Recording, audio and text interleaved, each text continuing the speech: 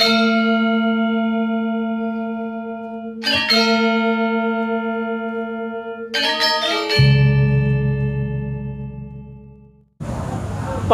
Cahaya Batin, pintu gerbang kesadaran Nusantara, kita tetap bersemangat mengajarkan kepada anak bangsa Nusantara Indonesia dari Sabang sampai Merauke. Dasar dari apa yang kita lakukan dengan Podo Joyonyo TV, Cahaya Batin, ingin selalu menyampaikan kepada masyarakat begitu pentingnya menjadi bangsa yang memiliki kesadaran atas ketertinggalannya, memahami tentang nilai-nilai kebangsaan, nilai-nilai luhur kebudayaan, atau nilai-nilai ajaran leluhur yang sudah sampai detik ini bangsa kita mulai hilang dan mengenalnya. Wong Jawa ojo nganti lali Jawani selalu disampaikan dalam setiap ujar dalam sebuah penyampaian kehidupan kita. Namun masih banyak tafsir yang berbeda. Siapa sebenarnya dan apa sebenarnya, bahkan mengapa sebenarnya wong Jawa ojo nganti lali Jawani. Pemirsa Cahaya Batin, hari ini saya bersama dengan Bopo Anwar, Rahayu.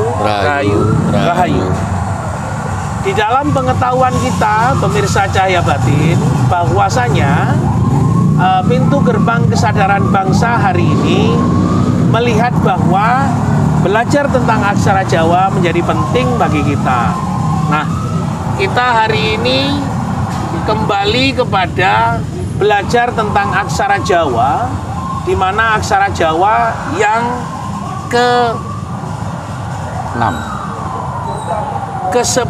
mohon maaf, ini adalah kalau dari belakang ini sudah mau masuk ke aksara 35. Ya, 35 ini adalah ke ini do, berarti ini sudah ke aksara 36. Mohon maaf, kita tulis dulu. Do ke aksara 36.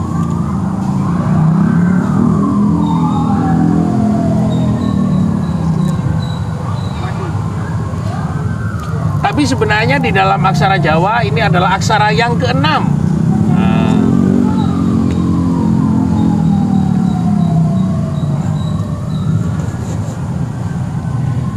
Pemirsa Cahaya Batin, do ini adalah artinya dumatining dat tanpa kang winanan. Artinya ikhlas menerima perintah Allah, ikhlas menerima perintah ilahi, ikhlas menerima perintah dari Sang Yang Maha Suci yang menciptakan kita hari ini. Bopo Anwar, bagaimana kita sebenarnya memahami diri kita seperti apa yang kita sampaikan berkali-kali, bahwa kita harus ikhlas menerima perintahnya. Nah, inilah sebenarnya bagaimana kita melihat bahwa itu perintahnya dan kita tahu betul-betul itu perintahnya sehingga kita bisa melaksanakan dan melakukannya. Sugeng dalu para pamirsa Rahayu. Untuk mengulas aksara do, huruf aksara ke-6 dari atas, terus aksara ke-35 dari bawah kalau tidak salah. Ya, 36 ya dari bawah. Aksara do dumatine dat kang tanpa winangenan. Dumati kuwi tegese dadi wujud nyata tanpa winangenan iki ora kena diangen-angen. Terus Mas. Dadi sipatipun Gusti nika cedhak tanpa senggelan atau tanpa winangenan. Untuk mengetahui apa benar ini adalah perintah Tuhan atau Gusti, yang setiap manusia memang harus bisa menafsirkan atau mengerti makna apa yang terjadi dalam kehidupannya sehari-hari, yang berhubungan dengan perilaku kehidupan, berhubungan dengan kehidupan, juga berhubungan dengan keagamaan. Yang dimaksud dengan totalitas kita menghadap datang dumateng Gusti. Sebenarnya semuanya tidak beda jauh dengan ulasan-ulasan huruf aksara Jawa yang lainnya. Keikutsertaan rasa sejati itu sebagai jalan atau jembatan yang paling dekat kepada Sang Pencipta.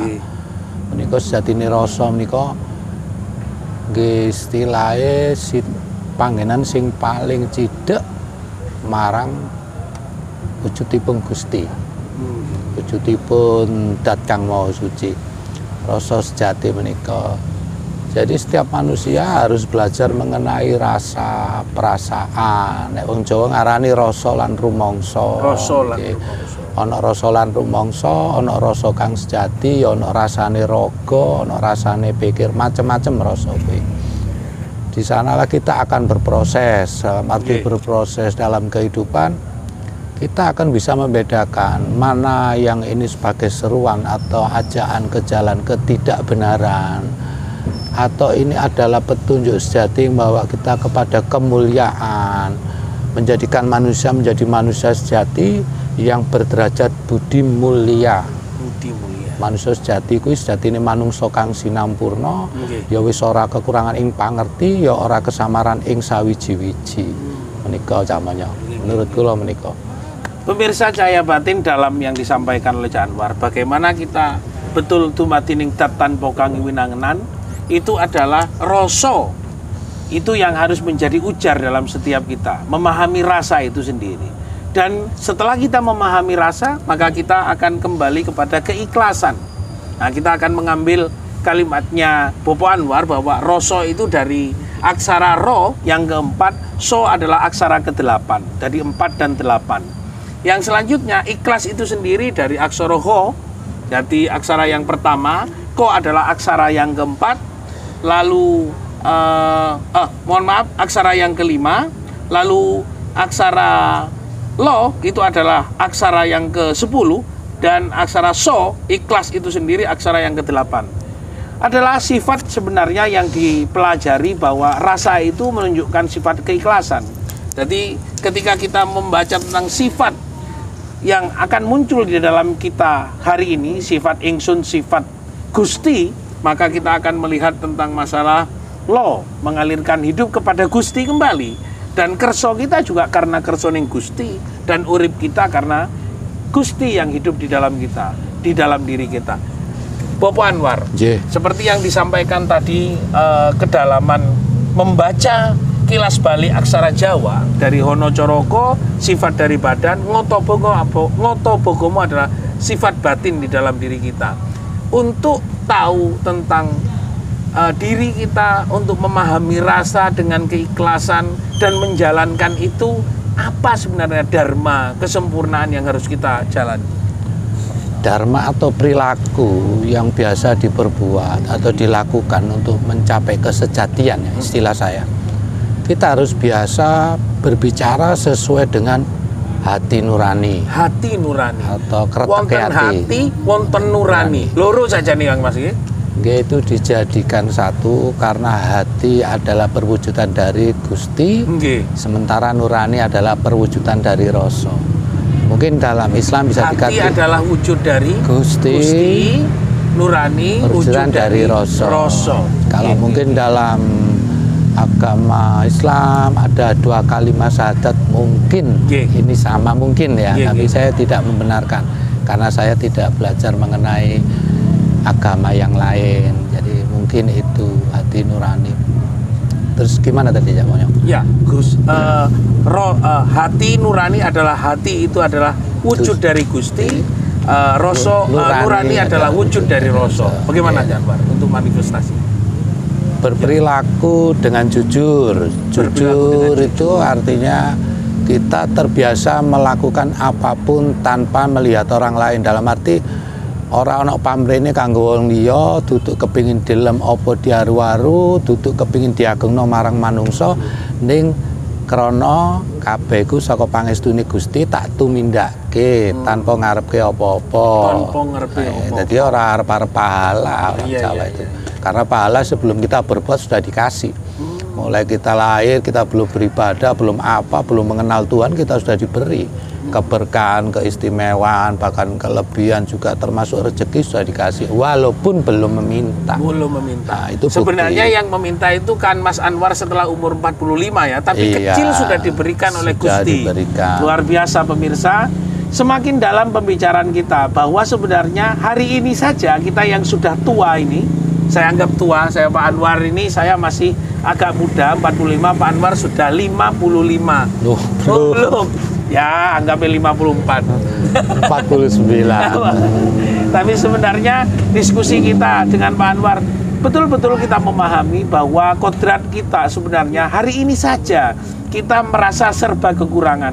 Bagaimana kita mengukur sebuah keluar biasaan Gusti ketika memberikan kepada kita pada saat bayi tanpa kita meminta. Gusti sudah memberikan sesuatunya, keluar biasaannya, makan, minum, hidup, rezeki dalam kesetiap hariannya mulai dari bayi.